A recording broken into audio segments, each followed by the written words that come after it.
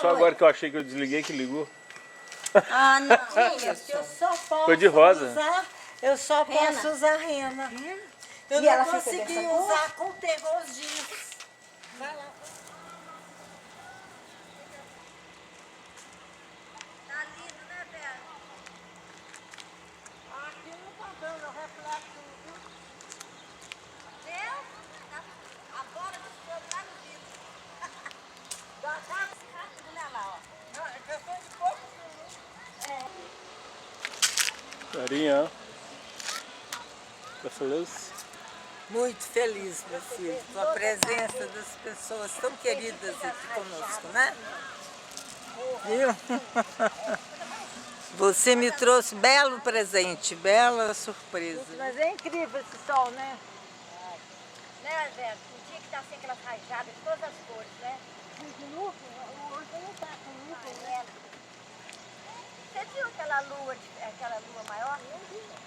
Ai, mas foi lá pra praça. Eu fui lá pra praça, aí eu já tirei uma foto, ficou linda. Olha lá, é rapidinho, tá vendo? É, agora só um instante. É, o sol deu aquele ponto ali em questão de minutos. Ou nem minutos, viu? E essa hora aqui, né? Essa hora não dá. Essa hora tem mosquito, não. Você não passou hidratante não, Teizinha? Ninguém passa. Eu passei bastante de manhã, agora eu não passei. Passei de manhã também. Olha lá, ó, vai embora, ó.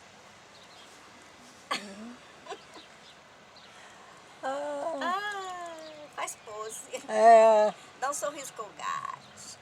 Marcelo, Ela vem tá ver no Zap aí. a foto que eu tirei, que eu vou colocar lá no Facebook. Cada uma precisa de uma forma, né? Olha lá que lindo sumindo, olha lá, metadinha. Olha lá, olha, é muito rápido.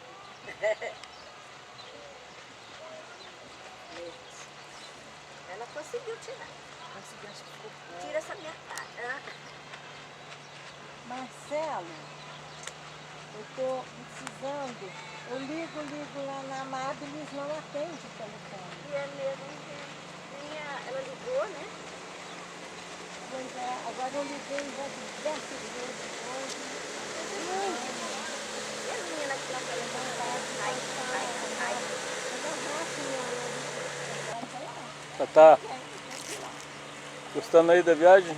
Adorando. Maravilhoso. Muito bom. O barquinho.